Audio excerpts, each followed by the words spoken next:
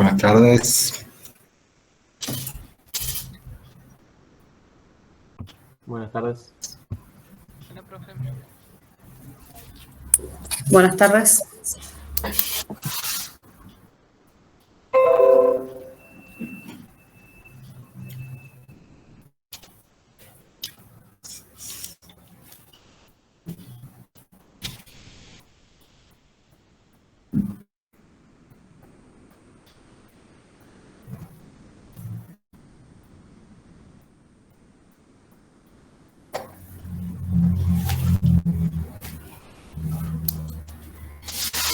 Bueno, muy bien.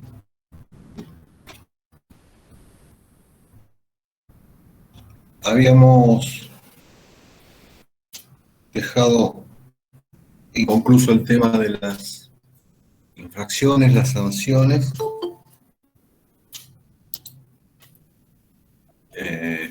Estamos hablando ahora entonces de lo que es el aspecto sancionatorio, ¿verdad? Y habíamos llevado adelante el desarrollo haciendo la definición entre lo que son infracciones materiales y formales, un poco como para que metodológicamente todo sea más ordenado, y habíamos abordado las sanciones que están previstas en la ley 11.683, algunas de ellas, básicamente lo que eran las sanciones de multa, ¿verdad? Y ahí habíamos comentado que, bueno, siempre como un imperativo de cualquier aplicación, de cualquier sanción, ¿verdad? Hay que, obviamente, instruir un sumario, la FIP deberá, obviamente, hacer una manifestación escrita a través de un acto administrativo.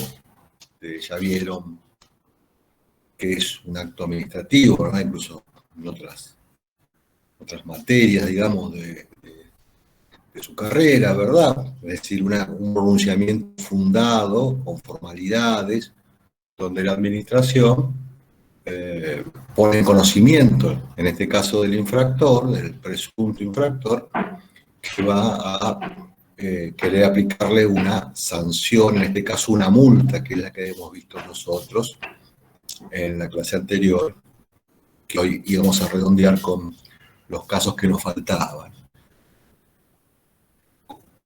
La finalidad de llevar adelante un sumario, chicos, es la de permitir que el contribuyente pueda ejercer su derecho de defensa.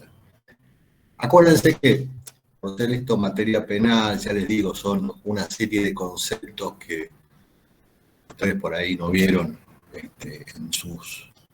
en las materias que han visto hasta ahora, ¿verdad? Pero digo, se utilizan supletoriamente, digo, se aplican todos los principios que también rigen en materia penal, que a veces tan difíciles de aprender para quienes no nos dedicamos al derecho, ¿verdad? Y para la gente común, como es esto del principio de inocencia, que toda persona es inocente hasta que se demuestre lo contrario. Bueno, estas cuestiones que a veces son tan un poquito, si se me permite el término, bastardeadas, simplificadas, que bueno, está todo bien, todo el mundo emite opinión sobre esto, pero lo cierto es que son principios clásicos del derecho que tienen cientos de años y que en definitiva parecen lógicos, referidos a que toda persona, bueno, antes de que se le aplique una sanción, tendrá amplias posibilidades de ejercer su derecho de defensa, máxime acá, chicos, que estamos hablando de una instancia todavía plenamente administrativa. Por lo tanto, además de haber llevado adelante lo que habíamos definido como una conducta antijurídica contraria a la ley, una conducta que tiene que estar prevista en la norma, que tiene que estar tipificada y que además debería o podía ser imputada a la conducta de un determinado sujeto, en nuestra materia el contribuyente, Digo, todas las personas son inocentes hasta que se demuestre lo contrario. Para esto es que por eso tiene razón de ser lo que les había comentado del sumario, para que pueda ejercer su derecho de defensa, acompañe la prueba, las razones, los motivos por los cuales entienda que esto es así, y finalmente va a haber un pronunciamiento de un juez administrativo que en clases subsiguientes después veremos que son actos administrativos de alcance particular que luego podrán ser discutidos, impugnados en sede administrativa o bien, eventualmente, en una instancia posterior, llegar incluso a revisión judicial, ¿verdad?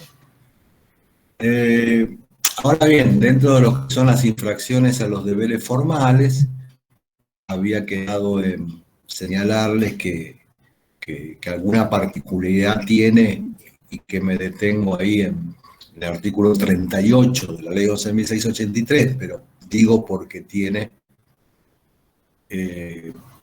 importancia desde el punto de vista de la práctica, porque es una infracción que se comete o se puede cometer muy seguido, digamos, que es la sanción por incumplimiento a no presentar la declaración jurada.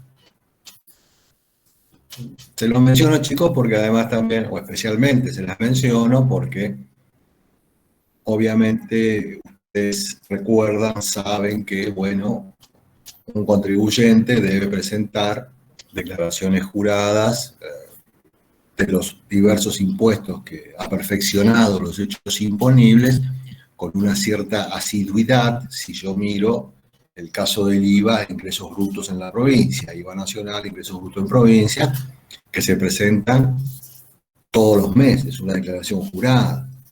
Después recordarán ustedes que hay declaraciones juradas también en el monotributo, ni que hablar de las declaraciones juradas anuales, en este caso, del impuesto a las ganancias o del impuesto a los bienes personales, ¿verdad? Porque acuérdense que la importancia de la declaración jurada como deber formal del contribuyente es la que, reitero, a través de ese instrumento, el contribuyente cuantifica la obligación tributaria, es decir, que determina el monto, la cuantía de la deuda que eventualmente tiene con el Estado, en nuestro caso, con el fisco en particular. Entonces, la ley se ha dedicado, se ha empeñado en poner un procedimiento un poquito más expeditivo. Recuerdan que, reitero, habíamos hablado de todo el sumario, artículo 70 y siguientes de la ley 11.683, lo había mencionado en rigor de manera general, pero digo, en el caso de la falta de presentación de declaración jurada tiene un procedimiento un poquito más expeditivo que ha hecho que algunos autores lo llamen una multa automática. Lo que pasa es que el nombre de multa automática puede dar lugar a equívocos, ¿verdad? Porque en todos los casos que yo les digo, chicos, tiene que haber una posibilidad de descargo, de escuchar al imputado. Lo que ocurre es que cuando falta el incumplimiento, la falta de presentación de declaraciones juradas, entonces la ley prevé que podrá iniciarse el procedimiento con una notificación que cumpla los requisitos formales, ¿verdad?, de identificar cuál es el incumplimiento a un determinado sujeto. Alcanza, digo, con una notificación que me mande la AFIP, y la ley prevé que yo tengo una opción, si no he presentado la declaración jurada, de que en 15 días, si presento la declaración jurada, es decir, si subsano el error, la multa, que viene establecida en un monto fijo, se reduce a la mitad. Es decir, que ya tengo ahí una posibilidad cierta de una reducción automática.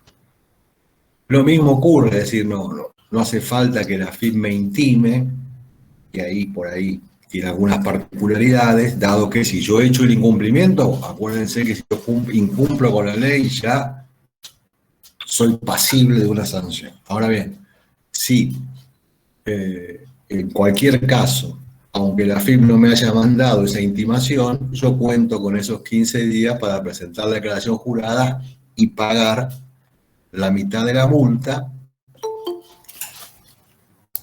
en cuyo caso se me da por satisfecha la pretensión fiscal y no se me cuenta como un antecedente. Los antecedentes se utilizan en materia penal, habrán escuchado ustedes también por ahí estos términos comunes, a veces en la televisión, ¿verdad? En toda sanción también están previstas en la 11683. No vamos a entrar en detalle en cada una de ellas, pero están presentes las causales por las cuales yo me puedo eximir de alguna sanción. En algunos casos hay reducciones de sanciones ya automáticas, aparte de esta de la declaración jurada. Los eximentes tendrán que ver en casos muy específicos con algunos conceptos muy del derecho que dicen la culpa leve. Hay culpa, es decir, hay un actuar negligente, pero es tan leve que digamos que la ley tutela la posibilidad de que no se aplique la sanción. Puede ser cuando haya una norma que sea oscura, que haya dado lugar a diferentes interpretaciones, es decir, una norma que no ha sido clara, por ejemplo. Pero todo esto va a quedar a criterio del juez administrativo que aplica la sanción. Reitero, chicos, sin perjuicio de eventuales revisiones de lo que decía ese juez administrativo, y como siempre le hemos dicho en nuestra materia, acá no solamente hay que hablar, hay que decir, hay que demostrarlo, y habrá que argumentar adecuadamente cuáles son los motivos por los cuales yo quiero que no me aplique, que se reduzca. Ya les digo, algunas son reducciones por imperio de la ley, como les digo, esta de la declaración jurada. De cualquier manera, siempre va a haber un acto de juez administrativo si yo no utilizo, por ejemplo, esa posibilidad dentro de los 15 días de no haber presentado una declaración jurada, el hecho de presentarla, de subsanarlo y de pagar la mitad. Pero siempre hay atenuantes, causales de excusación en algunos casos por los cuales yo les decía, esto de normas oscuras, poco claras, o con interpretaciones contradictorias. Aún hay interpretaciones contradictorias dentro del propio organismo, pero después cuando me aplican una multa siempre va a haber una graduación que tendrá que ver en una suma fija o en todo caso en los porcentajes de graduación como en omisión y defraudación. Digo que va a considerar si yo tengo antecedentes, esto que les decía de la reiteración o de la reincidencia, es decir, si he cometido otras infracciones del mismo tipo o similares anteriormente. Van a tener en cuenta si yo he colaborado con el fisco. Esto creo que les queda claro si ustedes recuerdan la colaboración que puedo prestarle yo a un procedimiento de fiscalización, por ejemplo. Concretamente, si la fiscalización me pide los datos y yo se los fui suministrando o yo no le di nada, ¿verdad? Todo eso tiene que ver con posibilidades que el juez administrativo de la AFIP debe considerar al momento de graduar la multa. Es decir, que si yo, comillas, me he portado bien, para decirlo en términos poco académicos, es mi primera incumplimiento, ¿verdad? Pues estaría una sanción menos gravosa que si yo soy un contumaz que reitera los incumplimientos y que ya ha dado lugar a diferentes aplicaciones de sanciones por parte de la FIP. Es decir, que siempre en un caso puntual de un contribuyente, hay que regular la sanción de acuerdo a la conducta, no solo que llevó adelante u omitió realizar y que dio lugar a esa sanción, sino también, chicos, a la conducta que el contribuyente ha desplegado en épocas anteriores, o bien en el caso de llevar adelante alguna maniobra para no pagarle o no cumplir con la obligación del fisco, porque puede ser un deber formal. Fíjense, por ejemplo, ¿no? Esto de no presentar una declaración jurada, esto de no presentar una declaración jurada por parte de un contribuyente. ¿Qué explicaciones puedo encontrar yo para justificar que no la presenté en tiempo y forma? Algunas las podemos descartar, ¿verdad? Porque, bueno, en general ya no hay problemas. Si hay un problema informático que no me pidió acceder al aplicativo, la FIP lo sabe porque son errores para que puedan ser exculpativos, digo, para que no me aplique la sanción. La imposibilidad de acceder por el aplicativo tiene que provenir de la FIP, ¿verdad? Y la FIP sabe, obviamente, su parte tecnológica o de sistemas, si ha habido algún problema de dificultad de acceso, ¿verdad? Se publican incluso en la página oficial, digamos. ¿Por qué no presenté yo la declaración jurada? ¿Qué razón lógica, exculpatoria? ¿Qué me puedo justificar? ¿No? No hay tantos casos que uno se imagine que puede pasar. Descartamos, chicos, que yo no le puedo decir, me olvidé, no sabía que vencía. Todas estas cuestiones, chicos, no son viables, como para decir por qué no cumplí con la obligación. ¿Se acuerdan que también acá se aplica ese axioma del derecho? La ley se presume conocida, sí. Hay una ley que dice que yo tengo que presentar declaraciones juradas. Hay un acto de alcance general que dice que yo la debo presentar tal día. Esto no me podré excusar yo, no me di cuenta, no entré, no sabía. Por eso ustedes en el diario Accionar, cuando sean profesionales, van a tener que estar siempre muy atentos a estos calendarios y de hecho, entonces, presentar las declaraciones juradas en términos. Claro, siempre está de lo que ustedes dependen, ¿no? Porque si para presentar la declaración jurada, obviamente necesitan la información que les suministre su cliente, si su cliente no les da la información, ¿qué van a poder hacer ustedes? Nada, no pueden inventar nada. Pero les comentaba esto de la llamada multa automática de la declaración jurada, de la falta de presentación de declaración jurada de la sanción, porque es un poquito la más común, la que siempre ocurre. Después, como les adelanté en la clase anterior, hay una larga serie de incumplimientos, van cambiando los porcentajes de multa, a diferentes tipos de declaraciones juradas que no se presentan. Yo estoy hablando acá puntualmente, genéricamente, el caso de cuando un contribuyente no presenta la declaración jurada determinativa de impuestos, pero después también hay diferentes sanciones según qué es lo que yo tengo que informar. ¿Se acuerdan los deberes de información, chicos, que habíamos dicho que hay muchos sujetos que se encuentran obligados porque la ley así lo prevé a suministrar información de terceros? Bueno, los deberes de información también dan lugar a la presentación de una declaración jurada, porque un deber de información es nada más que eso, es informar las determinadas operaciones económicas de otros sujetos. Por lo tanto, esta obligación legal, si yo la incumplo, bueno, también me da lugar a una sanción de multa, aunque yo formalmente a lo mejor puedo estar exento, no alcanzado por los impuestos, pero tengo el deber de informar. Son muchísimos los regímenes de información que hay, o varios, muchos, para no exagerar, pero digo, son muchos, ¿no?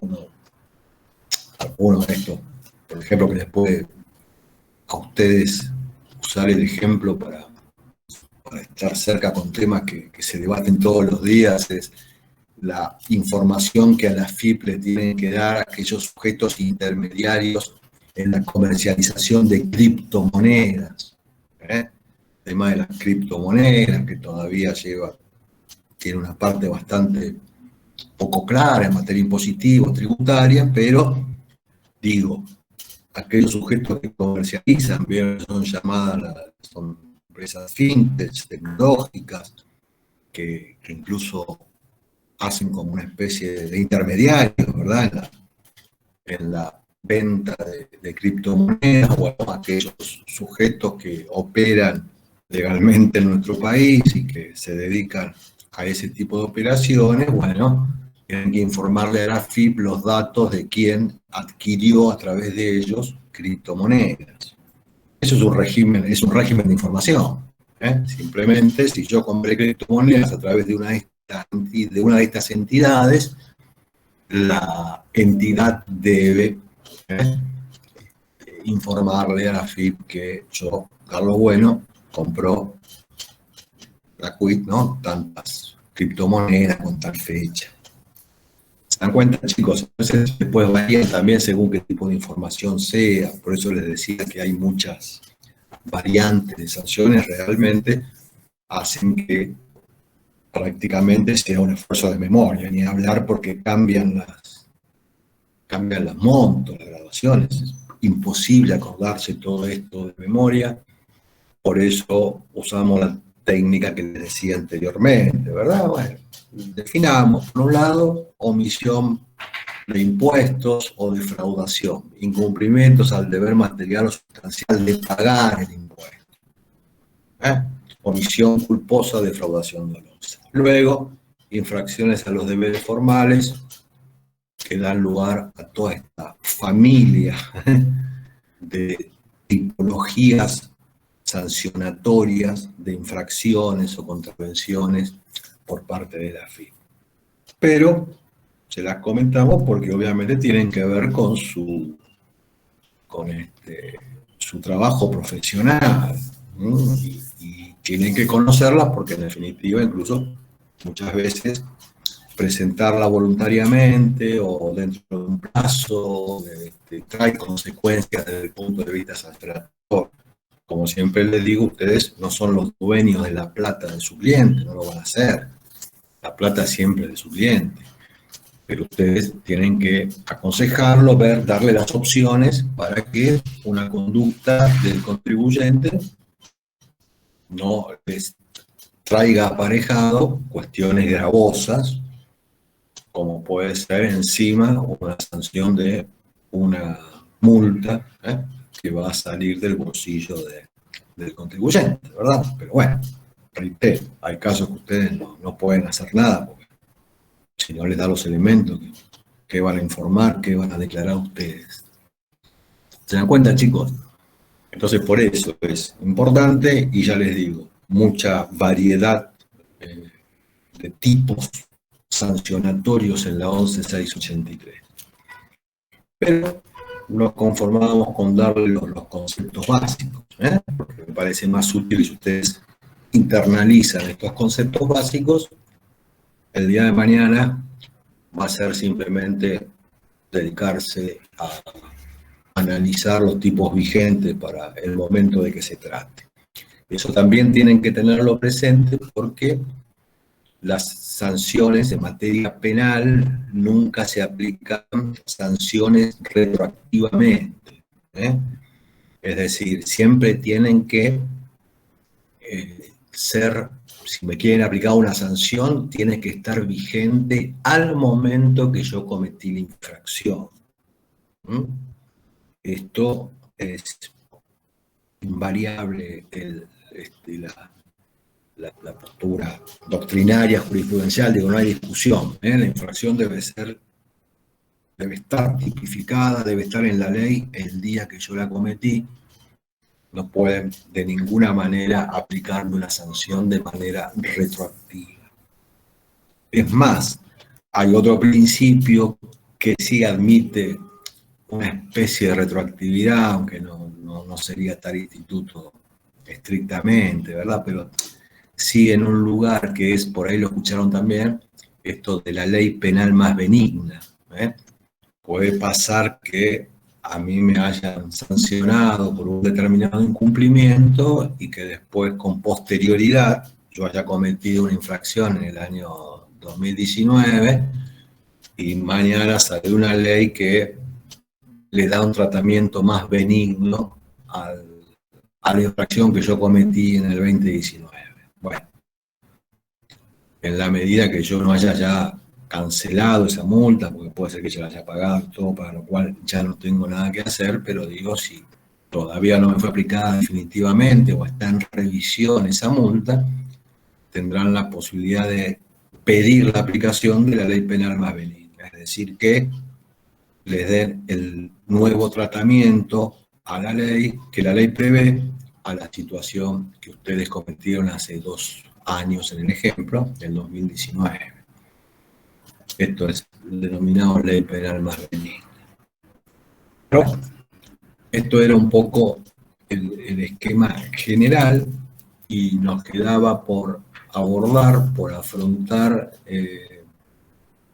2 o 3 penas que ya tienen que ver con un tratamiento específico, ya tienen que ver con una aplicación de una sanción que incluso conlleva afectar ya no solamente el patrimonio, como puede ser una multa, sino que ya produce desapoderamiento o fricción con otras garantías constitucionales.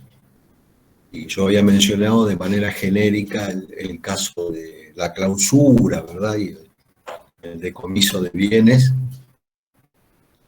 Y les menciono brevemente porque incluso hay algún instituto particular por ahí en el medio, referido al caso de la clausura, ¿no?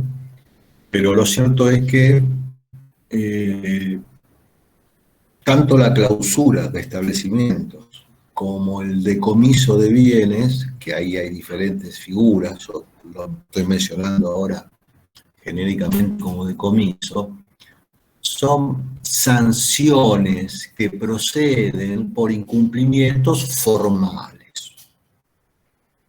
Proceden por incumplimiento a los deberes formales, como ya les había mencionado en la clase anterior, pero lo reafirmo ahora, es decir, no tiene que ver directamente con no pagar el impuesto, sino que son conductas que, bueno, está claro que de manera indirecta parecen ser maniobras destinadas a producir una disminución de la obligación fiscal de manera ilegal, pero que lo que se sanciona, lo que está tipificado, es lisa y llanamente el incumplimiento a un deber formal. Como le dije, en un primer lugar, en una primera instancia, está el supuesto de la clausura de establecimientos, que acá tiene una figura grabada, si ustedes quieren, que es la que vamos a ver ahora, que es la llamada clausura preventiva de establecimientos, que está establecida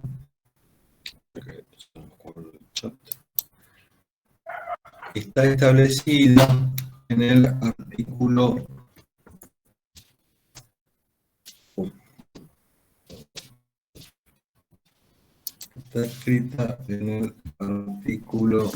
está prevista en el artículo 35, inciso F, de la ley 11.683. Acá estos que son un poco especiales, se los mando como, se los indico porque por ahí están perdidos en algún otro lado. Carlos, discúlpame. Me está saliendo, ¿sí? Te puedo hacer una pregunta porque yo no me podía conectar, me conecté tarde. El artículo que estabas hablando recién, ¿qué artículo era? No, lo que hablé recién era conceptos generales y hablé específicamente del 38 de la ley 11.683, viste, que era el de falta de presentación de declaración jurada. Ah, el 38, perfecto. Y ese fue el que mencioné específicamente al inicio de clase, luego hablé de cuestiones como generales, ¿verdad? Ahora, en el tema de la clausura, quería hablar primero de esta clausura preventiva, que es la del artículo 35, inciso F. Que acá es... no, por favor. Que acá debo decirles primeramente, chicos, que la clausura de un establecimiento comercial, industrial, agropecuario, de servicios, cualquier tipo de establecimiento, tiene el efecto de que durante los días que ese establecimiento está clausurado, no puede desarrollarse ningún tipo de actividad dentro de él. Debe dejar de realizarse todas las actividades que se hacen en ese establecimiento, que obviamente tiene que ver con actividades económicas, y que reconocen en la propia ley alguna serie de excepciones, como por ejemplo, hay procesos productivos que no se pueden interrumpir, chicos, ¿vieron? Por ahí, por ejemplo, alguna empresa que tiene dedicada a la industria, ¿vieron? Un proceso industrial que, imagínense, requiera de un horno industrial prendido, un horno que a lo mejor tarda muchos días en prenderse y hay que mantener siempre prendido porque no se puede apagar, ¿no? ¿Se entiende? Una cosa que bueno, en ese caso el horno no se va a apagar, digamos, pero bueno, no pueden seguir produciéndose unidades de las que sean la tarea normal de ese establecimiento. Obviamente el ejemplo más sencillito que nosotros vemos en las calles 2x3 es la clausura de los establecimientos comerciales o de servicios que están para suministrar productos de venta al público o servicios al público. Ese es el más común. Bueno, cuando un establecimiento está clausurado, no puede desarrollarse ningún tipo de actividad. Salvo, dice también la ley por ahí, no podrá impedir el pago de salarios a los trabajadores, ¿vieron? Sí. Bueno, esa tarea se tendría que llevar adelante pese a estar clausurado.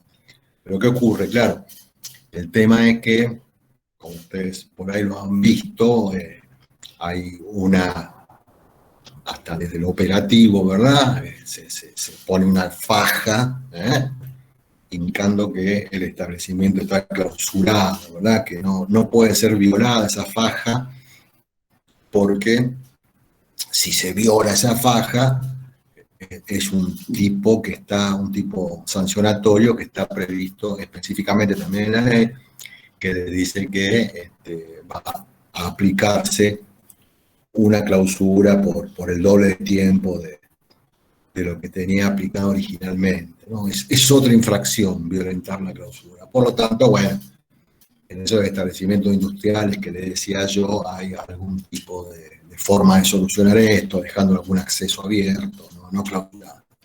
Pero por lo que han visto ustedes es clausura, las preguntas de acceso a un establecimiento, como ya digo, comerciales. Yo recuerdo de Junín alguno, recuerdo de algún bar, una prestación de servicio que estaba clausurado. Es llamativo, pero confirmativo esto nada más como una explicación de la pena. Como ya les dije, esto no tiene que ver con no pagar impuestos, porque son deberes formales, por ejemplo, no emitir factura, no llevar registración adecuada.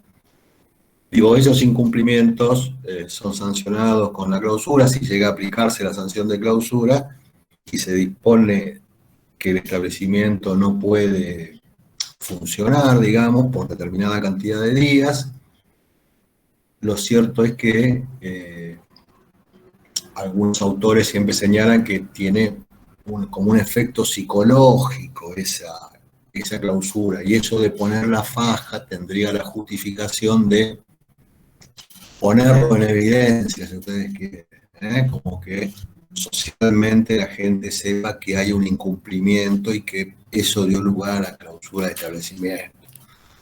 Esto, independientemente de que yo lo comparto o no, digo, es una explicación doctrinaria del alcance de la sanción de clausura. Pero se ve que algo de eso debe producir muchas veces, porque es bastante común, y me acuerdo puntualmente el caso de Junín, cuando iba presencialmente allá a dar clases, me acuerdo que un día viernes veo un establecimiento de servicios, un bar clausurado por la FIP, y el sábado, yo daba clases en este horario, pero allá en Junín presencialmente, o sea, volveremos, pero lo cierto es que el sábado, cuando me levanto, terminaba de tarde la clase, así que bueno, obviamente me quedaba a dormir en Junín. Los sábados daba clase de otro impuesto, como ustedes saben, pero digo, bueno, me levanté el sábado a la mañana y cuando iba para la facultad veo que habían puesto unas planchas de madera terciada tapando la sanción de clausura, ¿verdad? Entonces está claro que parece que a la gente no le gusta que quede en evidencia que tiene una clausura por parte de la FIP. Uno hace suponer que más que todo en estos establecimientos que expenden bebidas, comidas y bebidas, cuando lo ve clausurado, a lo mejor uno piensa que no es por la FIP, no es por no emitir factura, por no llevar registración, sino que uno piensa que es comida en mal estado, ¿verdad? Pero bueno, lo cierto es que algo del efecto psicológico por ahí debe andar. Lo cierto es que esa es la clausura de establecimientos, si ustedes quieren, normal y corriente, es decir, alguna infracción de deberes formales, hay varias mencionadas, algunas que tienen que ver incluso con seguridad social, en la nómina salarial, pero que ejemplificamos sencillamente en los casos de infracción de falta de emisión de factura o registración. Que no sea de paso, si planteo este tema, que me fui por la común en vez de la especial de la preventiva, pero digo, que dicho sea de paso, chicos, obviamente va a necesitar que se instruya un sumario, que los inspectores actuantes libren acta, detallando adecuadamente cuál fue la infracción cometida, que el contribuyente va a tener una audiencia de descargo, es decir, va a poder ejercer su derecho de defensa por lo que les decía antes al principio, ¿verdad?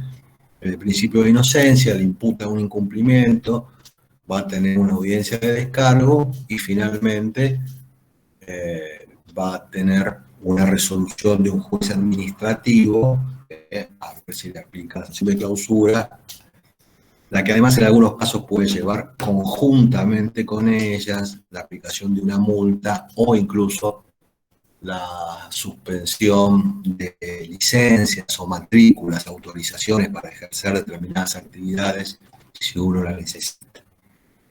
Pero bueno, les decía, y vuelvo al 35 inciso F, que ahí hay una figura especial, está sí rozando los límites de lo que el derecho puede interpretar razonable.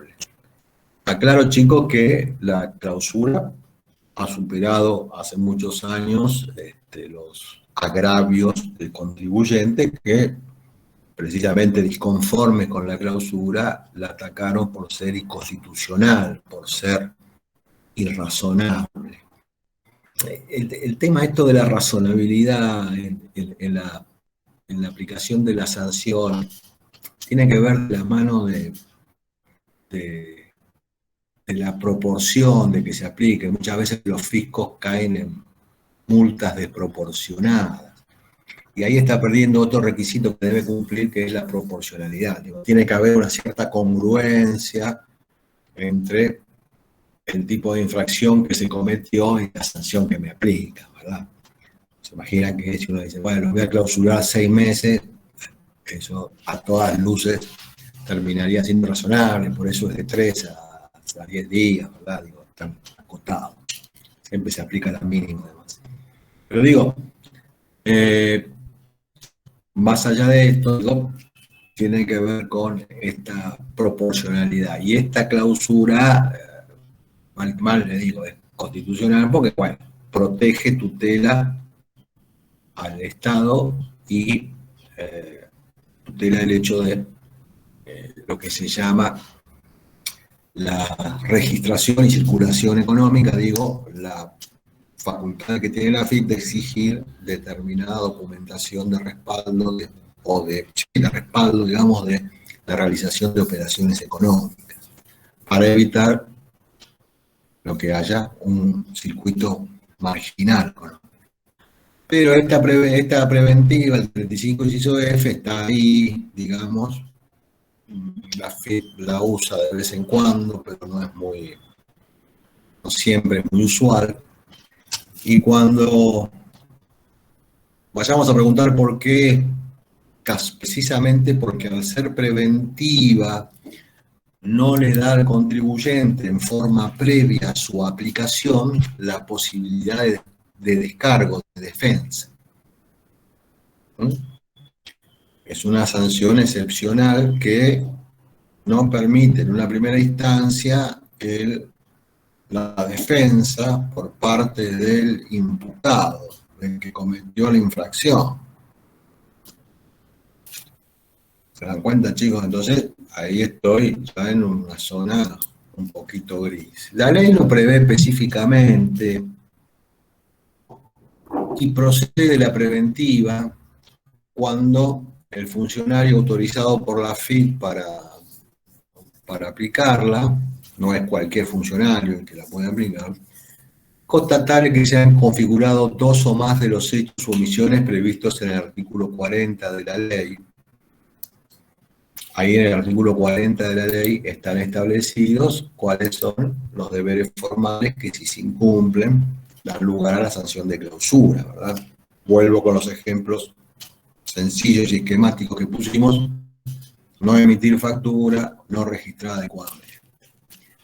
Entonces, el tipo penal acá de la clausura preventiva, 2 o más hechos, no uno solo, pero además, concurrentemente al mismo momento, exista un grave perjuicio.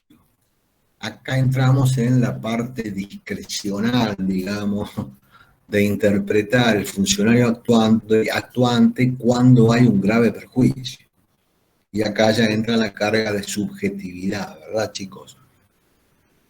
No lo vamos a aburrir, digo, pero puede haber algunas pautas genéricas, pero creo que ustedes están en condiciones de evaluar, porque como pasa muchas veces con las normas, chicos, ¿para qué no vamos a andar dándole vuelta a la ley con la palabra cuando la palabra es clara?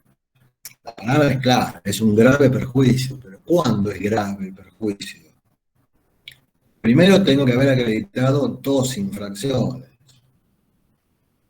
Y luego, además, concurrentemente, hay otra opción más, pero concurrentemente un grave perjuicio. ¿Qué sé yo? Es grave el hecho de que se haya encontrado un contribuyente que normalmente cumple con sus obligaciones fiscales. Digo, es grave que se le haya constatado que una vez no emitió factura, o que no emitió 2 facturas, como podría ser el caso, ¿verdad?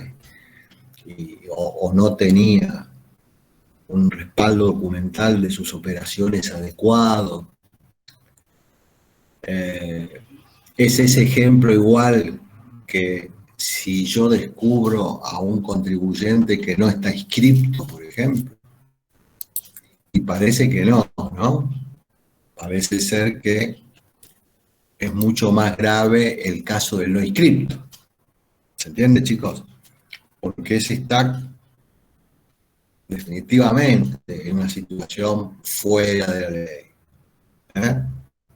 En cambio, el que está inscrito y cumple regularmente, bueno, ha tenido un incumplimiento, pero ¿dónde está el grave perjuicio si es un contribuyente que normalmente cumple con sus obligaciones?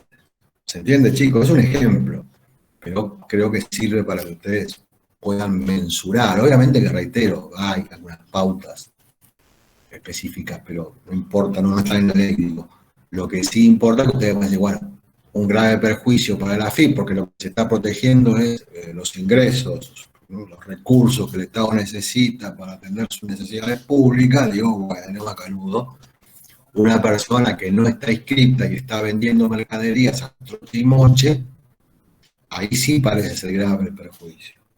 ¿Mm?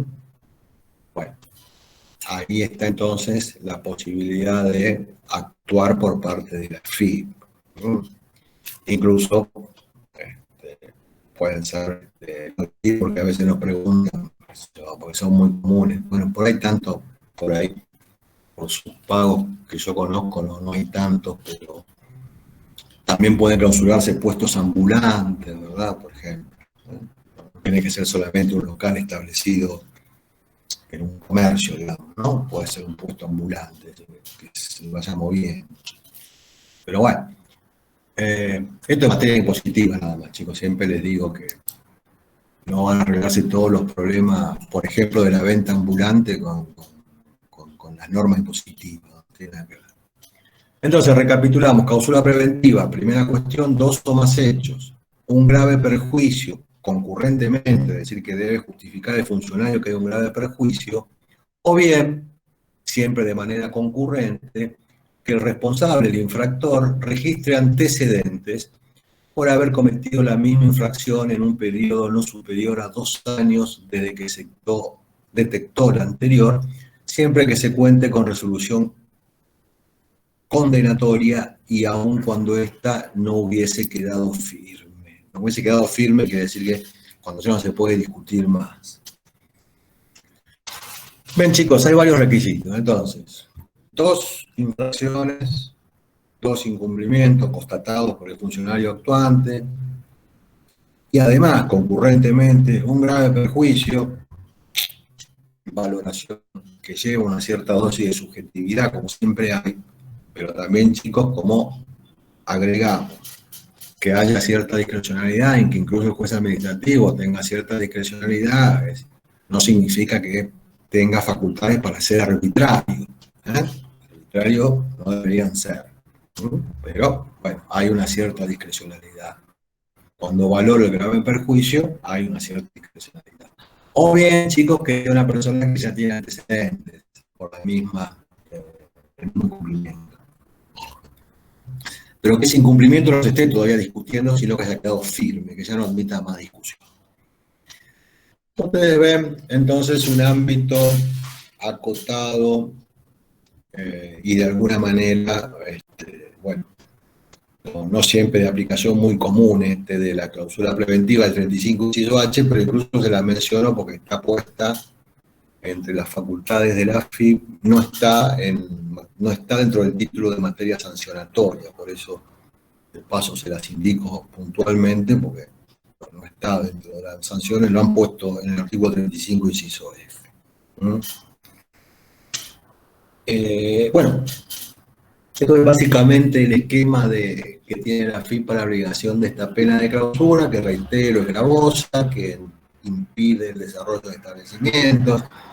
Hay una jurisprudencia muy rica en algunos casos, y creo que hasta el sentido común podríamos llegar a la misma conclusión, chicos, pero bueno, hay jurisprudencia en algunos casos que no resulta pasible la sanción de clausura en un sanatorio, por ejemplo, una clínica, la médica.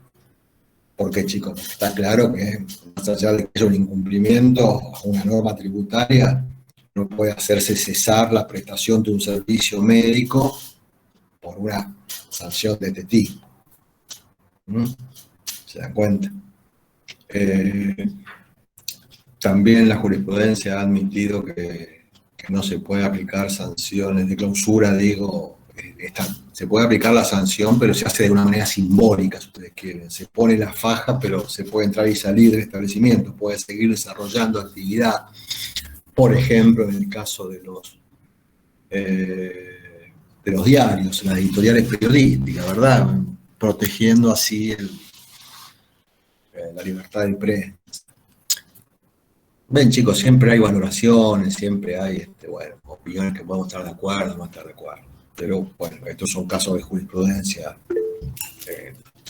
Hay una pregunta a Faustino si toda cláusula es preventiva. No. La cláusula común, que es la que te desarrollé primero, una sola infracción, un acta, sea de descargo, Faustino, y por lo tanto vos tenés la oportunidad de defenderte. Esta que hablamos del 35 inciso H, la clausura común, es el artículo 40 común, ahí empieza a desarrollarse la clausura. Esta del 35 inciso H, 35 inciso F, te la digo específicamente porque está en otro lado y es particular. Esta es preventiva. Las demás clausuras no son preventivas. Además, de hecho, en general no lo utiliza mucho la FIP, esta clausura preventiva.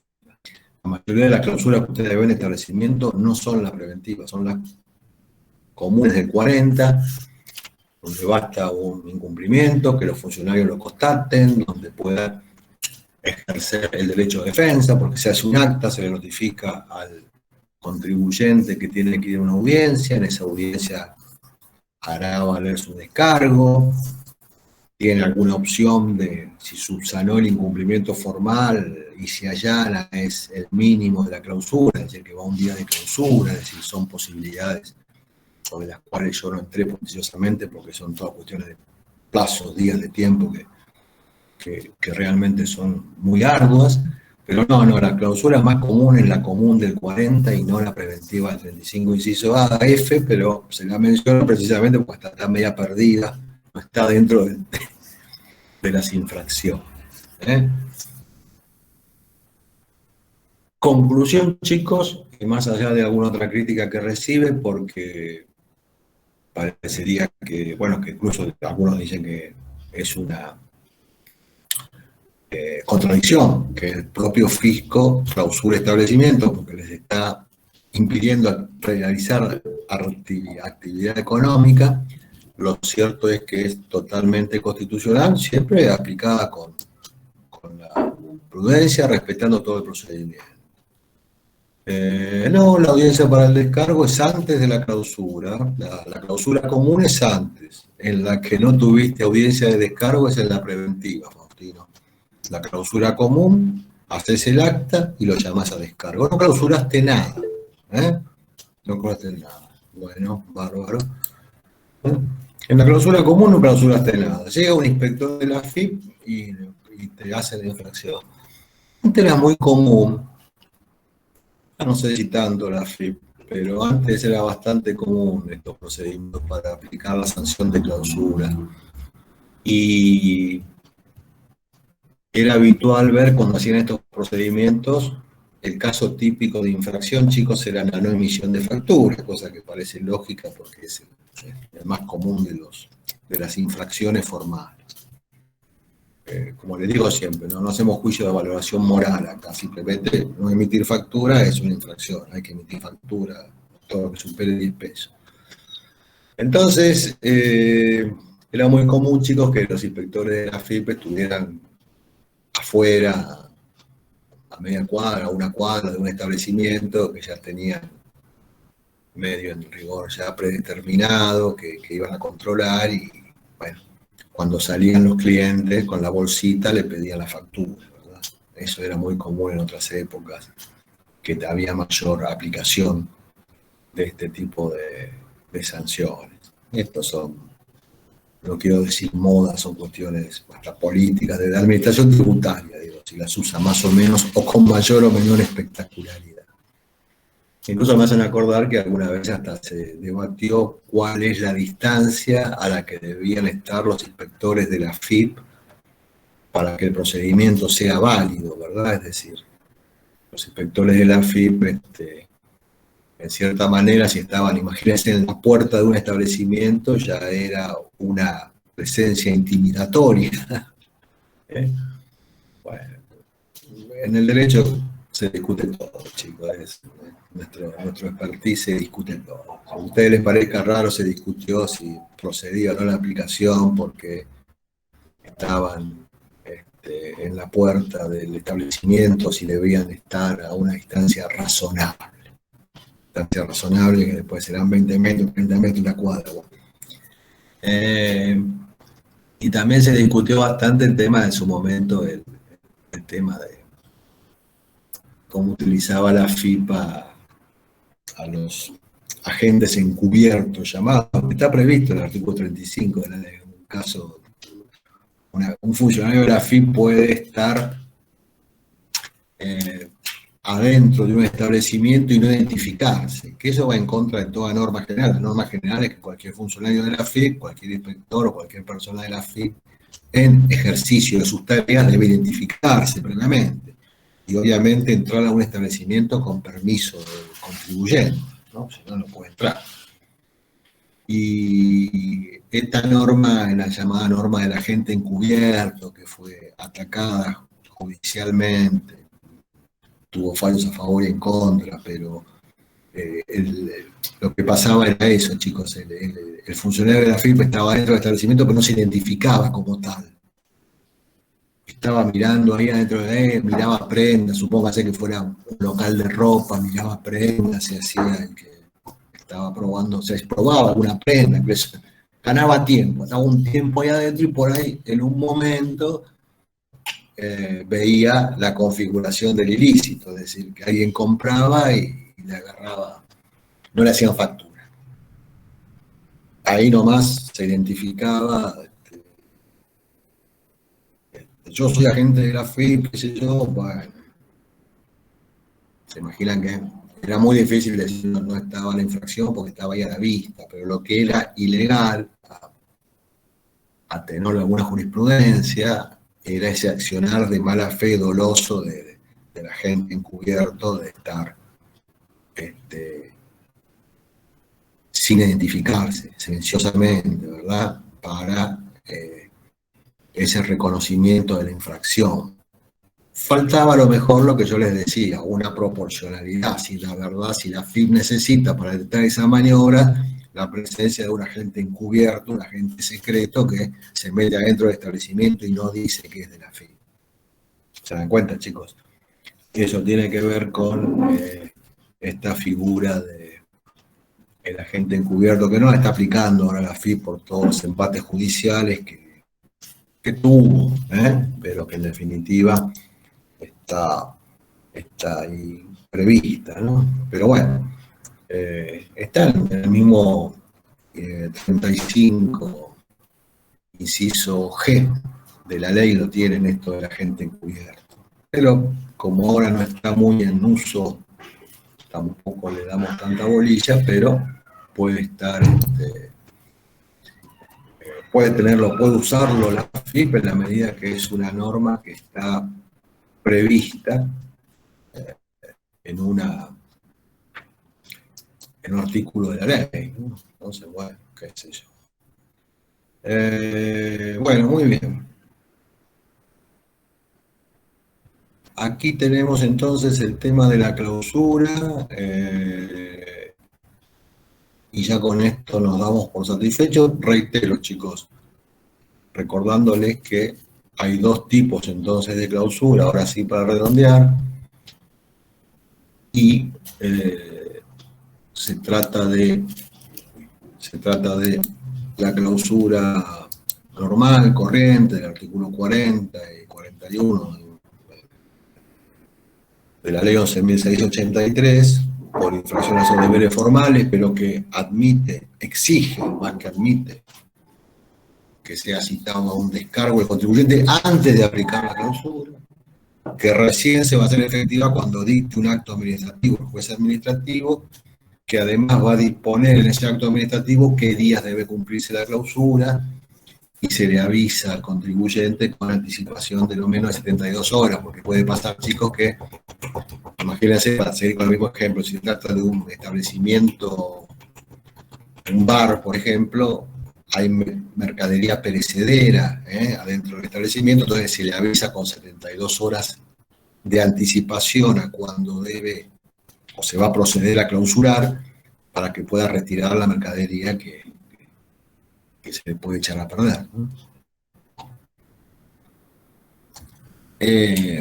Clausura, entonces, la normal y corriente, y después la del 35, inciso F, la preventiva, en las condiciones ahí establecidas. Preventiva no admite, entonces, no requiere del procedimiento de descargo y nada, ahí se clausura, se constatan esas circunstancias que prevé la ley y se clausura. Por eso les digo que roza los principios básicos del derecho. Básicamente acá no tiene oportunidad de ejercer el derecho de defensa. Primero te aplica la pena y después anda a defenderte, cosa que puede hacer, pero digo, para que ustedes se queden tranquilos, digo, cuando hay una clausura preventiva del 35, inciso F, la AFIP debe comunicarlo enseguida al juez federal o penal económico en capital federal, digo, se le pone en conocimiento de la justicia. Pero bueno, más allá de eso, el negocio está clausurado. Esto desde el punto de vista de la clausura, hay épocas en las cuales es más común verlos, épocas que es menos, reitero. Administración tributaria es una cuestión de administración tributaria de cada organismo, si hace más o menos operativos de estas circunstancias, pero está claro que la preventiva es excepcional, digamos. En Provincia de Buenos Aires, en vez de tener una clausura preventiva, tiene una norma que habla de suspensión de establecimientos, pero bueno, más o menos que las nociones son las mismas, no voy a entrar en provincia, digo, me quedo con nación, pero no hay en el punto sustanciales diferencias. Está claro, chicos, que estoy hablando de materia tributaria, materia impositiva, casi como se lo dije en el ejemplo anterior, pero cuando estaba hablando del comercio, te digo, si ustedes fueran inspectores, los inspectores de salubridad de un municipio tienen facultades para clausurar preventivamente un negocio que expende bebidas o comidas al público y no cumple con los requisitos sanitarios exigidos. Y ahí tiene toda lógica, chicos, que se clausure el local. Porque está claro que no tiene las circunstancias habilitantes y está en riesgo, el grave perjuicio es evidente. Se me está vendiendo, como es muy común acá por la zona, me están vendiendo choripanes en la esquina o en la cancha de fútbol, me imagino que ahí por Sarmiento debe haber, pero no sé. Digo, si está autorizado el vendedor de choripanes, no hay problema, está habilitado, vende chorizo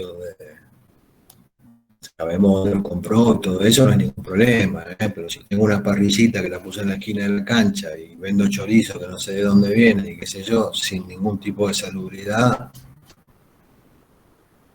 eso no, la AFIP, el organismo de control de salubridad municipal, está habilitado para ir y decirle que cesen la actividad esa, chicos.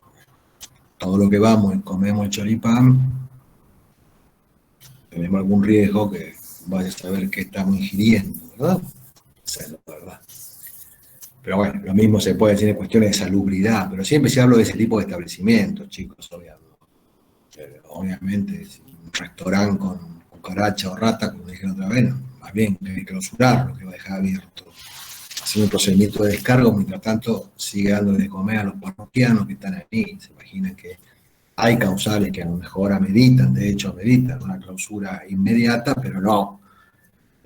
En lo tributario está previsto, pero bajo las condiciones específicas del 35 inciso F, que la diferencian de la del artículo 40, que es la COP. Dicho esto, desde el punto de vista infraccional y para culminar con la 11.683, y acá siempre tenemos estos artículos agregados sin número, ¿verdad? Les voy a hablar del primer artículo sin número agregado después del artículo 40. Qué difícil que es esto cuando hay que transcribirlo. A ver, vamos a hacer el esfuerzo de escribirlo. Primer artículo sin número agregado después del artículo 40. Ustedes lean la ley, van a ver el artículo 40 y después van a ver que viene un artículo sin número. Determinadas infracciones específicas, básicamente aquella referida a cuando se transporten comercialmente mercaderías sin el respaldo documental que exige la AFIP, o bien no poseyeran facturas o comprobantes que acrediten la adquisición o tenencia de determinados bienes. Estos son dos supuestos que también dan lugar a la clausura, pero digo específicamente estos dos supuestos que le menciono tienen un tratamiento especial en la ley, en ese artículo ya mencionado que les acabo de transcribir, que es el conocido vulgarmente con el nombre de decomiso, de mercadería, pero no siempre se decomisan las mismas, digo, no siempre el Estado se queda con esa mercadería, y muchas veces esto se soluciona de otra manera, ¿verdad? Pero bueno, ahora vamos a ver qué opciones tengo. La ley prevé. Esto es, vuelvo chicos, les pongo los ejemplos porque, de la zona de ustedes, porque por ahí, sobre todo los que son de Junín, son a donde yo iba usualmente, me sirve para estos ejemplos. Es bastante usual que encuentren, en este caso gente de ARBA, pero imagínense que de AFIP es lo mismo, ahí hay un puestito incluso de ARBA ahí, pero estoy hablando de ley nacional, estoy hablando de la AFIP. Están los inspectores en el puesto policial que está en la ruta 7, a la entrada de Junín, antes de la circunvalación, al lado del arroyo, y ahí paran camiones que están circulando por ruta 7. Estos seguramente en algún momento por ahí lo habrán visto o habrán tomado conocimiento, ¿verdad? Bueno, ahí, en el caso de la AFIP, cuando sean inspectores de la AFIP, van a aplicar esta norma de la ley 11.683 y le van a pedir que exhiban la comprobante, que son variados tipos de comprobantes que pueden tener, que requieren para trasladar mercadería. Y además la factura, documento equivalente, que ustedes digan, bueno, el remito puede ser de que ustedes tengan la mercadería que están trasladando en el camión, de dónde viene y a dónde va. Básicamente es eso lo que a la FIP le interesa, saber quién vendió esa mercadería y quién la compró. Entonces, esos son los datos que hay que tener y que los transportistas tienen que tener cuando son detenidos por un inspector de la FIP transportando mercadería. Por lo tanto, está claro, chicos, que cuando se dedica la administración a este tipo de operativos, focaliza su atención en la detención de camiones o camionetas que transportan o trasladan, ¿verdad?, mercadería. De todo tipo, de todo tipo. Hace poco estuvieron controlando ahí por la zona, ahí, ¿no? Solamente en Junín, creo que más por Pergamino, estuvieron controlando también a nivel provincial, pero digo, el ejemplo es el mismo, estuvieron controlando el traslado de mercadería de camiones de cereales, ¿no? Es lo mismo. El tema es que cuando un transportista va a Eso llevar... es peor, el tema de los cereales, de las cargas ¿Por qué de peor? cereales. Y pues por ahí, porque hay muchos que trabajan en negro, el tema del cereal. Oh, se te habrá escapado, no sé, no sé nada. Lo dicen ustedes que son ahí de la zona, ustedes sabrán. Te han detectado. Desconozco. Mira, toda actividad económica tenés parte en blanco y parte en negro, ¿verdad? Qué sé yo, me parece que igual, Y pero me da la en una impresión, época fue pero hay bastante de leyenda en cuanto a los volúmenes, ¿viste? Que se pueden contrabandear, como dicen comúnmente. Los hay, pero es bastante difícil, sobre todo para exportar.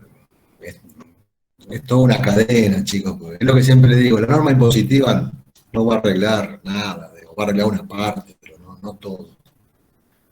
Porque imagínense la maniobra común, la más tentadora desde el punto de vista de la evasión es exportar cereales a través de contrabando. Esa es la más tentadora, ¿verdad? Porque en países limítrofes, por ejemplo Paraguay, el valor que se paga por la tonelada de soja, no hay retención ni nada, porque todo marginal se imaginan que es un negocio. Es decir, ya no más exportar cereales de contrabando es económicamente un negocio porque no le aplica retenciones, obviamente. Ahora, nosotros tenemos que decir claramente que se trata de un delito, si es el delito de contrabando es un delito, el contrabando es un delito.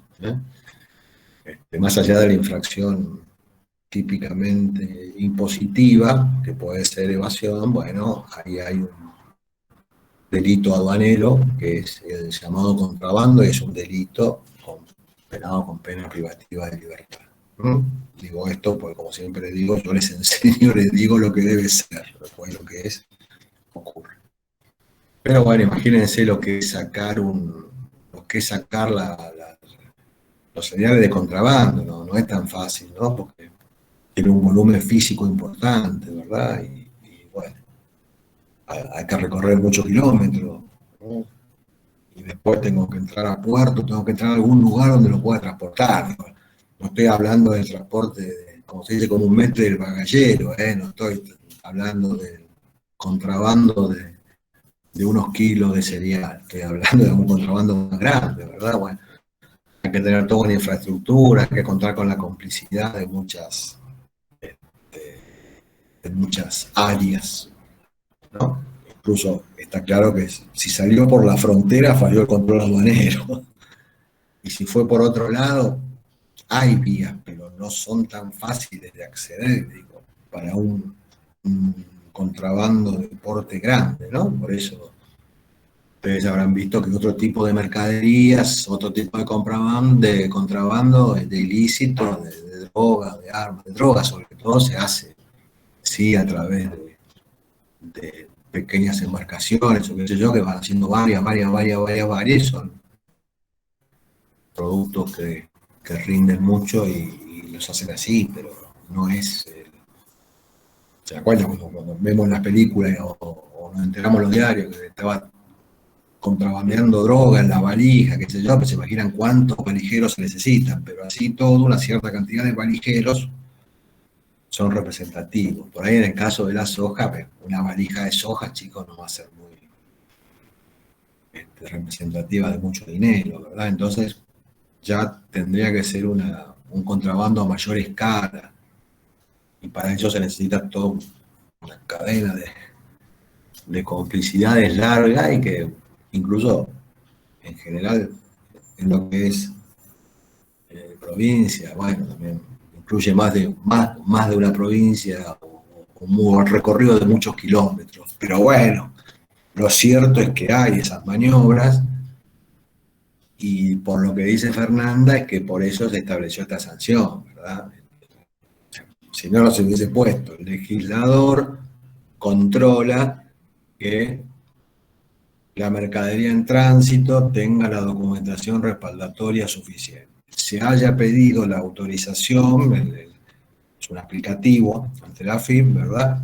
Donde se suministra una serie de datos, que es la que tiene que tener el transportista, y aparte el remito, la factura, donde se indique que esa mercadería que se transporta, bueno, fue emitida en tal lugar y va a tal otro lugar. El comprador y vendedor para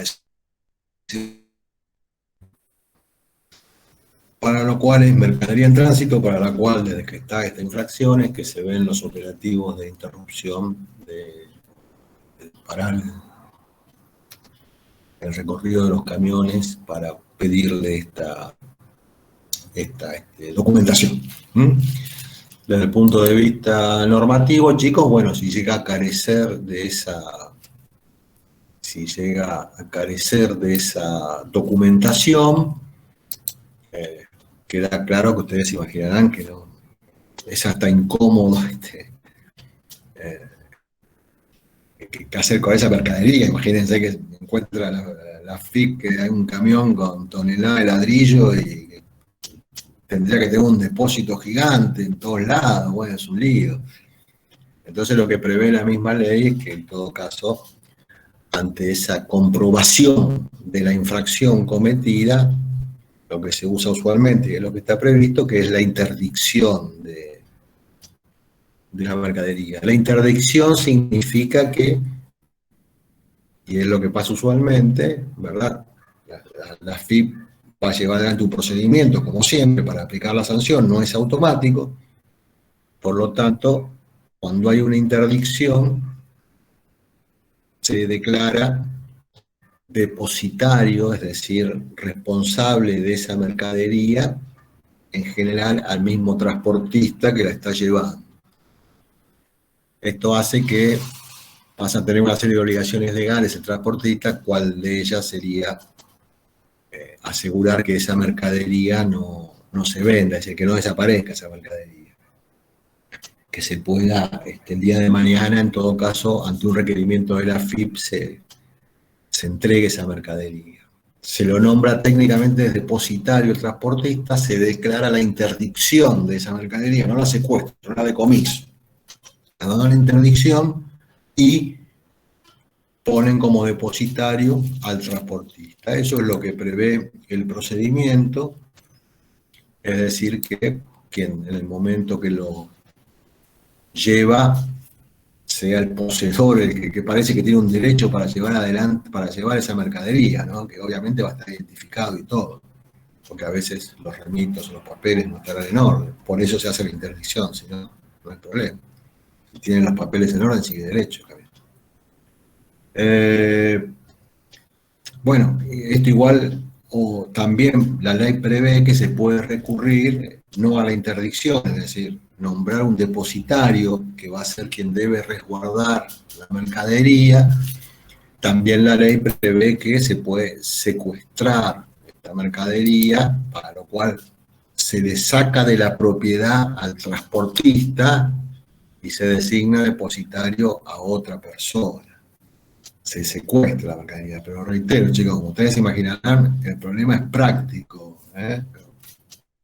Se imaginan que no van a agarrar, yo ando con el auto, estoy yendo para dar clase, me paga la firma y dice, el maestro no me sale le declaro depositario de este camión de ladrillos, él se va a su casa y después si yo le digo me lo tiene que dar. Se imaginan que es ilógico, ¿verdad? Entonces lo más común realmente es la interdicción, no que se declare a un tercero depositario, sino que la mercadería siga en poder del pobre transportista, pobre no tanto porque tiene que saber la obligación, pero ¿verdad? El transportista que debió tener la documentación y no la tiene, y que por lo tanto va a ser responsable de esa mercadería. Pero ojo, chicos, porque más allá que también habrá que tener la presencia de, cuando hay una interdicción o un secuestro, siempre va a haber la presencia de dos testigos, es decir, hay un reaseguro mayor en la ley, la presencia de dos testigos para que precisamente den fe del procedimiento y que está en legal forma, ¿verdad?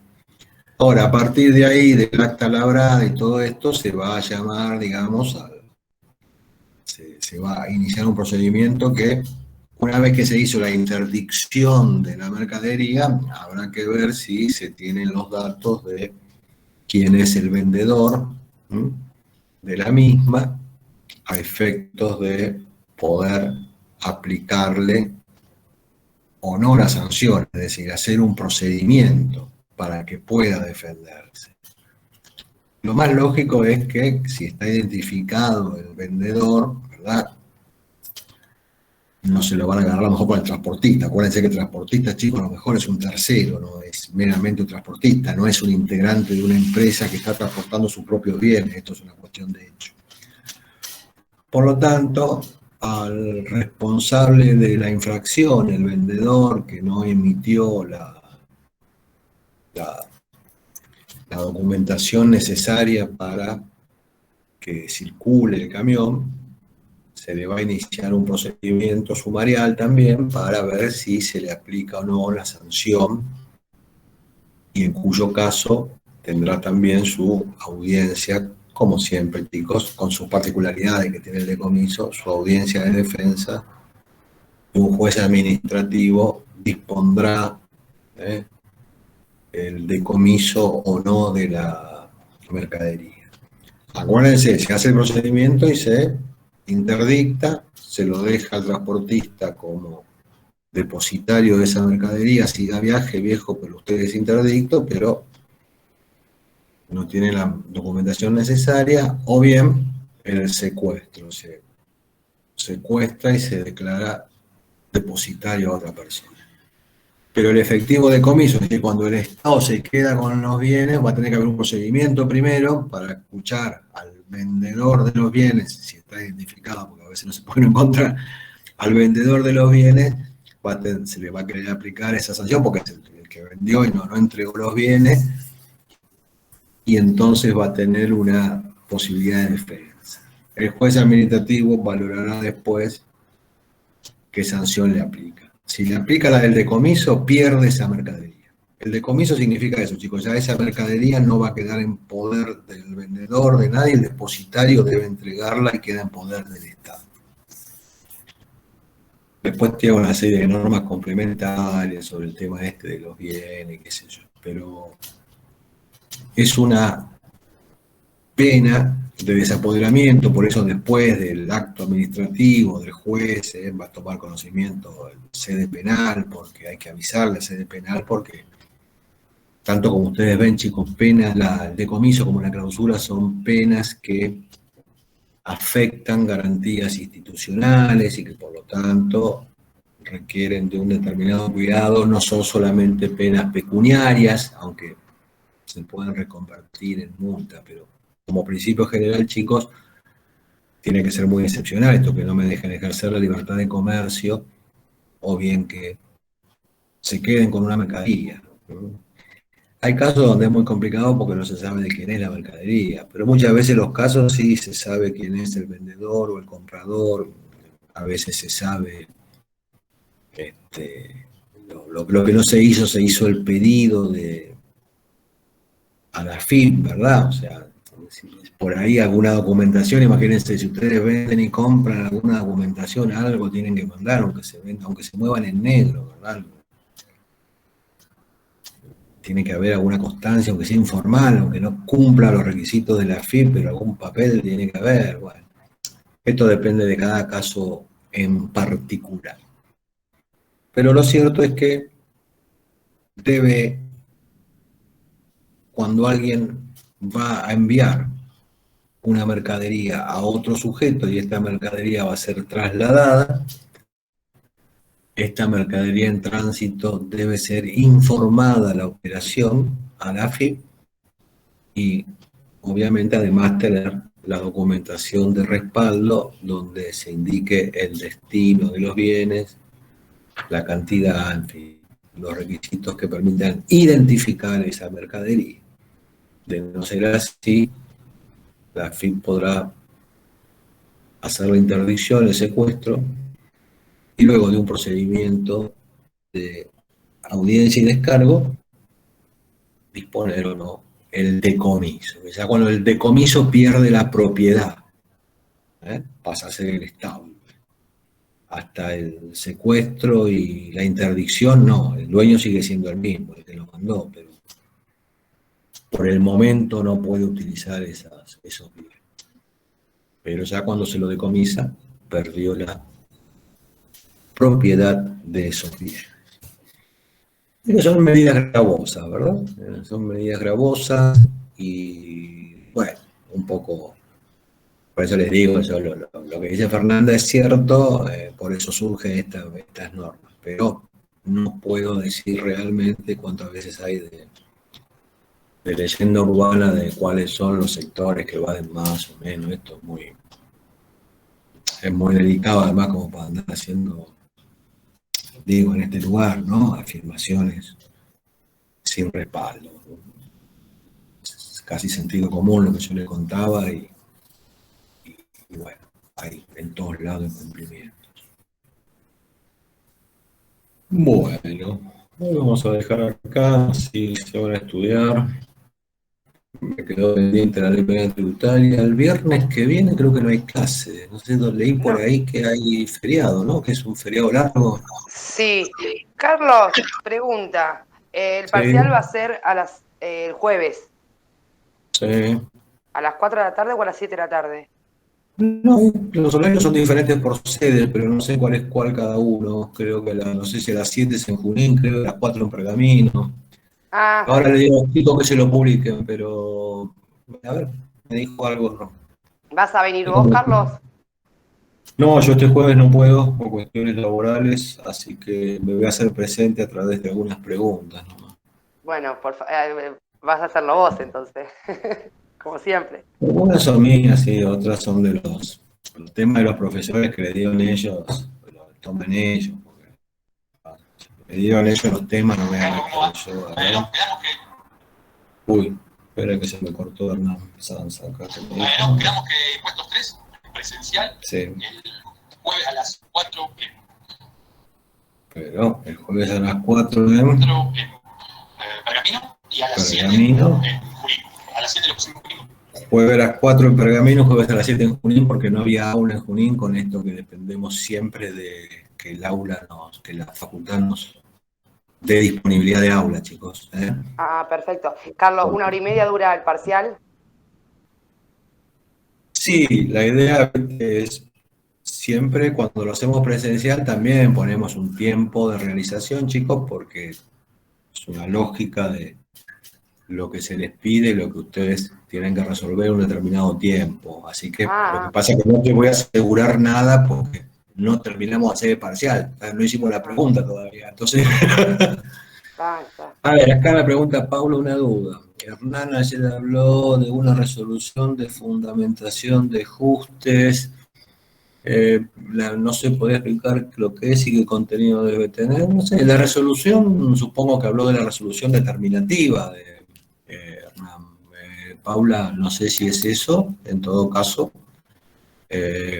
Una resolución es un acto administrativo, ¿verdad? Todos los actos administrativos deben estar con diferentes requisitos, desde los requisitos formales de identificación del contribuyente, ¿verdad? El impuesto de que se trate. Les han contado seguramente de una inspección iniciaba, ¿se acuerdan? Con una orden de intervención a nivel de AFIP, y luego se hacía todo el ajuste. A ver, Paula, me aclara, a ver, acá un minuto, Paula, que te leo. Mencionó la resolución determinativa, al de inicio y esta que menciono, pero no la habíamos dado, por eso lo consultaba. Bueno, no sé qué tipo de resolución de fundamentación de ajustes por fuera de la resolución determinativa. Pensemos que otras resoluciones hay, que son las resoluciones que pueden tener, no sé si habló de eso Hernán, puntualmente digo, si no es el procedimiento de resolución determinativa, las otras resoluciones que se emiten son lo que vieron, si es que lo vieron, en provincia de Buenos Aires con el tema de los reticentes, que requieren de una resolución fundada también, que es un procedimiento que no sé si alcanzó a darlo Hernán, por eso les digo que los temas que dieron ellos, se encargan ellos de preguntar. Y el pago provisorio no, porque el pago provisorio es una intimación de la AFIP, ¿verdad? Se hace una declaración jurada, se presenta la declaración jurada, con eso se sanea. Ahora, si no hay ninguna presentación del contribuyente, va a título. Para lo cual, no sé si alguno de los que estuvo en la clase me puede dar alguna precisión más. No sé qué otra resolución, estoy pensando, Paula, pero no sé, otra resolución, sacando la determinativa, que por lo que me decís no es, inicio determinativa está. El procedimiento reticente en provincias sí requiere de resolución, empieza con una intimación, si hay un descargo hay que emitir una resolución. Tengo acá un par de preguntas más que la voy contestando si acaso alguien tiene alguna precisión más sobre la pregunta. Buenas noches, Facundo. AFIP con el día del lunes siguiente. Las notificaciones, Facundo, si me decís la de domicilio fiscal electrónico o las comunes. Las comunes es a las 0 horas del día siguiente, digamos. Te notifico hoy a partir de las 0 horas del día siguiente, o sea, a partir de mañana. Hoy, esta noche, cuando se hace las 23:59, las 24 horas de esta noche, se empieza a entender que se notificó mañana. Si lo hice presencialmente hoy. Si es el domicilio fiscal electrónico, es el lunes siguiente. Es decir, que si yo no tomé conocimiento antes de lo que la AFIP me puso a disposición el domicilio fiscal electrónico, la ley me dice que es a partir del lunes. El lunes nuevamente con el mismo criterio, el lunes a las 0 horas. Esperen que voy de a uno, así me van diciendo si les quedan claras las respuestas, porque si no... Valentín, para ser extensiva responsabilidad, se consideraba que había que seguir el Código Civil y Comercial. Bueno, eso acordate siempre, Valentín, que en esto es un rezo laico. A nivel nacional, 11.683, no, aplicás el artículo 8 de la 11.683. Donde hay que aplicar el Código Civil y Comercial es en provincia, a raíz del fallo Toledo que les comenté, pero no pasé por hacer una mención al problema y les conté muy brevemente como en el tema. No entré en responsabilidad solidaria, les digo más que todo porque es un fallo que eventualmente el de Toledo puede ser impugnado ante la Corte Suprema por la justicia, así que no sé siquiera si va a tener alguna revisión más. Pero esto acordate que Ley Nacional 11.683 prevalece sobre el Código Civil y Comercial en todos los casos. En esto no hay duda. En todos los casos. El problema es con el Código Fiscal de la Provincia de Buenos Aires, que lo que dice la jurisprudencia es que hay que aplicar el Código Civil y Comercial más que el Código Fiscal de la provincia. Entonces, como me hacen la pregunta, el tema de provincia, según el fallo que hablamos Toledo, sí, hay que seguir el Código Civil y Comercial, aparte que un par de votos de la Corte aplican el Código Fiscal, pero igual lo declaran inconstitucional. Pero para no complicarte la vida, en provincia sí. ARBA tendrá que aplicar el Código Civil y Comercial, según lo que dice este fallo Toledo de la Suprema Corte de la Provincia de Buenos Aires del 26 de agosto, es decir, del más alto tribunal de la provincia, más alto tribunal de la provincia, pero podría haber una apelación ante la Corte de Nación todavía. Así que creo que te queda claro con eso, Valentín. ¿Te va a servir esto que pregunta Valentín, chicos? Ténganlo presente, porque cuando hablemos de prescripción vamos a estar en la misma circunstancia. Si hablo de prescripción en provincia, los fallos de la Corte han dicho que prevalece el Código Civil y Comercial antes que el Código Fiscal de la provincia. Pero esto siempre es con la norma provincial, con el Código Fiscal. En Nación no, chicos. En Nación, artículo 8 de la 11.683. Arturo, en todo procedimiento administrativo, el contribuyente de derechos es debido a ejercer el derecho de defensa. ¿Le aplicamos? No, la limitación del derecho de defensa en el caso de las sanciones era lo que charlábamos hoy, de la clausura preventiva, en el marco que la defensa es posterior. Siempre, Arturo, vas a tener tu derecho de defensa. El tema es que muchas veces lo ejerces posteriormente a cuando ya te aplicaron la sanción, para lo cual, como dice la mitología griega, es una victoria pírrica, ¿viste? Tuviste la razón, pero ya te aplicaron la sanción. De cualquier manera, y esto es únicamente una consecuencia del derecho en general, que no te importa a vos mucho, supongo, si alguien te aplicó una sanción indebidamente, en este caso fue el Estado, vos podrías pedirle un resarcimiento. La única particularidad que hay es esta clausura preventiva entonces del 35, inciso F, y después en todos los demás casos siempre hay previsto un procedimiento. En el caso de la clausura, en el caso de la multa por falta de presentación de declaración jurada, que reitero, muchos libros llaman multa automática, no significa que sea una multa automática. Tenés posibilidad de ejercer el derecho de defensa. Lo único que la ley flexibiliza un poco el procedimiento y hace que, con una intimación de la AFIP, vos tengas la opción de pagar dentro de los 15 días sin presentar la declaración jurada y el monto a pagar se reduce a la mitad.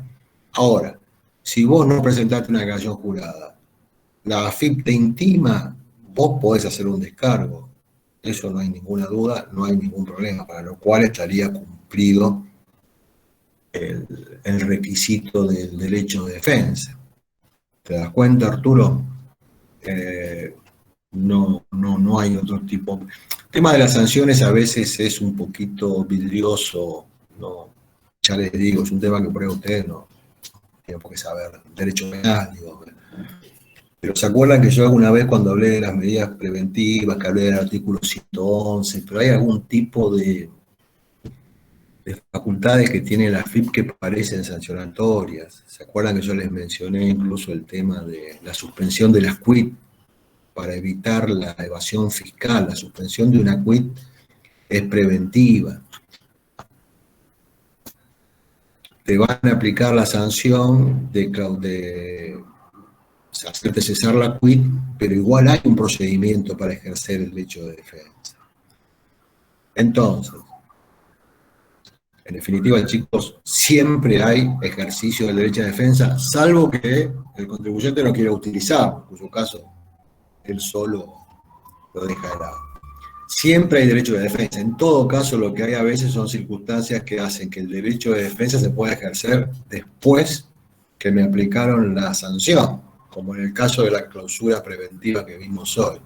Pero el derecho de defensa tiene que estar siempre, siempre, siempre, y obviamente en materia sancionatoria, como les dije hoy, chicos, al principio, acuérdense, todos somos inocentes hasta que se demuestre lo contrario, así que para demostrar lo contrario tendría que haber un contradictorio, para lo cual tiene que haber sumario. Las excepciones son las que, el tema de, las excepciones son aquellas que hemos mencionado hoy, básicamente. Les puedo mencionar esto que les dije, para controlar la evasión fiscal, puede tomar determinadas medidas la FIP, cuyo ejemplo más conocido es el de la suspensión de la quit, pero eso no implica que si se suspende la quit, después ustedes pueden defenderse, chicos. O sea, siempre se pueden defender.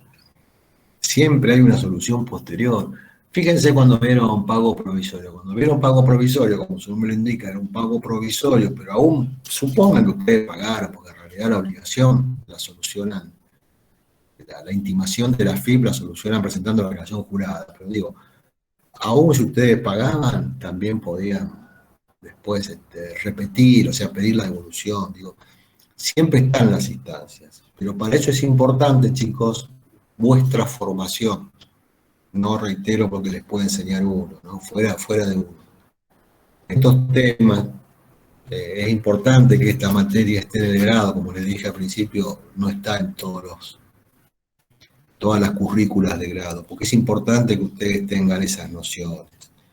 Es importante que ustedes sepan que es necesario defenderse, que siempre tiene que haber una instancia. No es una cuestión de chiste. Cuando ustedes van a estar en la vida real, chicos, les va a pasar estas cosas. Esto, por ahora todo teórico, pero cuando ustedes vayan a la vida real, les van a aplicar una sanción, les van a querer clausurar el establecimiento. Esto les pasa. Es común. Fede me pregunta por qué no se utiliza el principio de realidad económica en el ámbito judicial. Mira, el principio de realidad económica es un criterio propio y exclusivo de la materia 11.683 para la apreciación del hecho imponible. Para que te quede claro, Fede, está en la 11.683. Lo que te aplica es ese principio. Ahora, cuando un juez va a dictar una sentencia, es un principio que de norma que te habrán dicho, además que habremos dicho, ya no sé quién dio el tema, es un tema que hace que la realidad económica la puede utilizar tanto la administración como el contribuyente, ¿verdad? O sea, como ustedes si trabajan de asesores el día de mañana de un contribuyente. Es para apreciar el hecho imponible. Lo aplica, en principio, nada más que en el marco de 11.683, la relación jurídica tributaria entre quién se da. Entre contribuyente, sujeto pasivo, responsable por deuda propia, sujeto activo Estado. Entonces, en ese ámbito se utiliza el principio de realidad económica, por algo está en la 11.683. Ahora, si vos te referís al ámbito judicial, el día de mañana esa cuestión se judicializa, el juez va hacer mérito de esa situación y va a ver si se aplicó bien el principio de realidad económica, ¿verdad? Ahora, la justicia no te interpreta los hechos imponibles. Los hechos imponibles lo interpreta el contribuyente y lo interpreta los órganos de administración tributaria. ¿Se da cuenta? Son ellos los que interpretan la apreciación del hecho imponible y del principio de la realidad económica. La justicia, ¿qué va a decir en un determinado momento? Este lo aplicó bien, se aplica acá la realidad económica y por lo tanto este tiene razón o este no tiene razón. Por eso es media ambigua ahí lo que me preguntás, Fede, pero no sé si tu pregunta va por ahí y si no me haces la aclaración. Paula me dice las medidas preventivas se aplican mayoritariamente a la intervención de oficio cuando hay posibilidades de insolvencia o en qué momento. Bueno, acordate, Paula, el tema de los requisitos. La ley te decía en cualquier momento, pero decía que tenía que estar fundado, es decir, tendría que estar explicado, tenía que ser un pedido razonable de la ley. Entonces, fíjate, Paula, que estas cuestiones que no te lo dicen, no te dicen en qué momento, la ley te dice en cualquier momento, digamos, amplio. Pero, como a esta circunstancia de fundar, de explicar el pedido por parte de la AFIP, también acordate que la AFIP le debe pedir al juez que se trabe esa medida preventiva y debe indicarle el monto. Entonces, lo que habíamos hecho es una construcción, digamos. Si yo le tengo como AFIP que decir al juez cuál es el monto y explicar, dar fundamento de que mi motivo en nuestra materia, que el ajuste realizado es debidamente fundado, conteste con el derecho, ¿verdad? Y con las cuestiones fácticas de la causa, hemos dicho que la determinación de oficio parece el momento ideal. Pero acordate que el 111 te dice en cualquier momento. Y como les vuelvo a decir, chicos, no nos rebusquemos con las leyes cuando son fáciles. En cualquier momento, en cualquier momento. Ahora,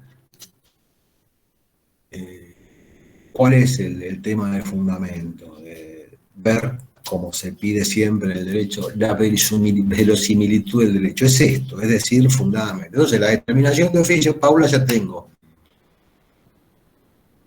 la vista, el descargo, la determinativa, es decir, que tengo analizado las circunstancias, bien o mal el juez administrativo lo resolvió, y encima me cuantificó. Para lo cual, una determinación de oficio es un momento ideal para pedir una medida cautelar preventiva. Pero además de tener estos fundamentos, son también las circunstancias de la insolvencia, ¿verdad? Porque el juez tiene que evaluar, yo lo tengo que convencer al juez. Entonces ya lo convenzo de que tengo razón, en fin.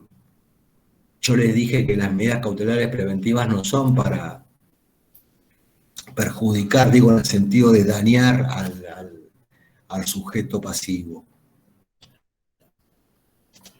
Ni tampoco deben usarse como una medida de apriete, ¿no? De apriete, digamos, dicho en términos poco académicos. Si tomás, te pago, te embargo para que me paguen, ¿no? Bueno, no debe funcionar así. La finalidad del instituto es precisamente asegurarse el futuro cobro de la pretensa deuda. Pretensa deuda porque todavía no está firme.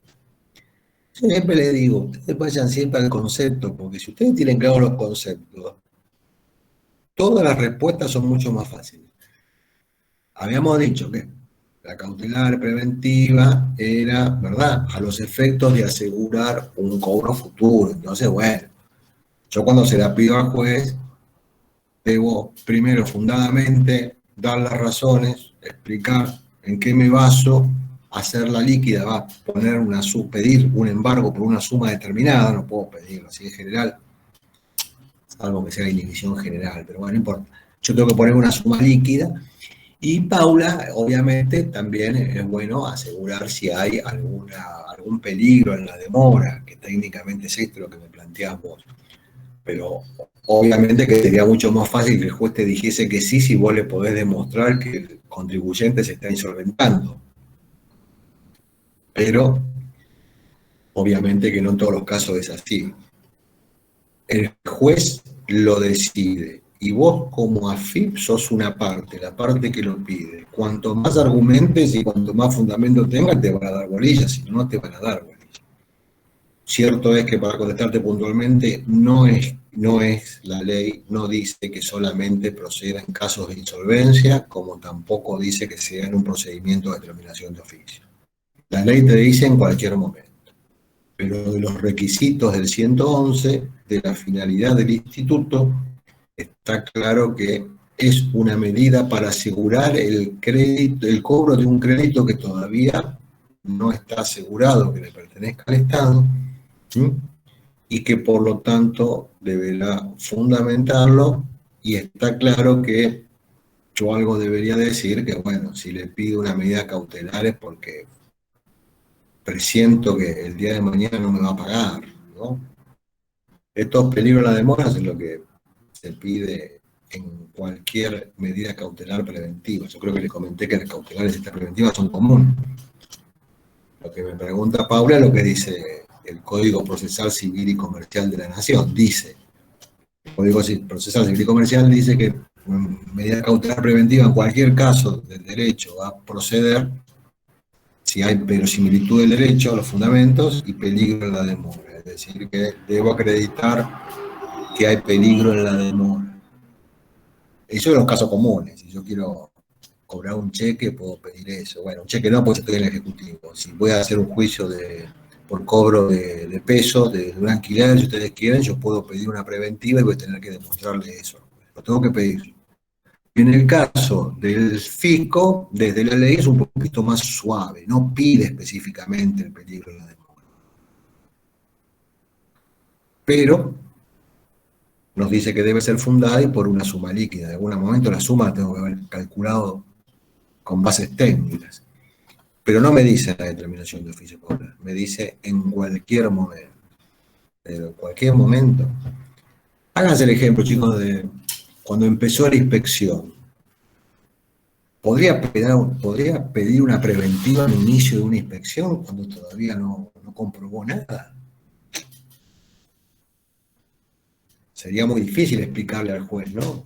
Imagínense, si todavía no vimos nada.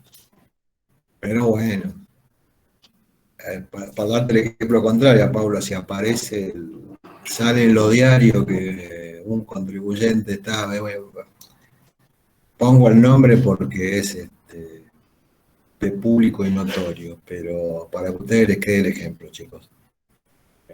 Salen todos los diarios que la empresa Garbarino está a punto de ir a la quiebra, que cierra locales, bueno, de hecho en Junín lo cerró, ¿verdad? Bueno.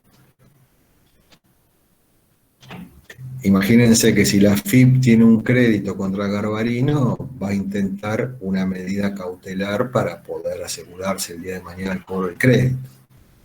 Si bien finalmente va a quiebra, concurso, bueno, ya tendrá que entrar como un acreedor más el fisco, ¿verdad?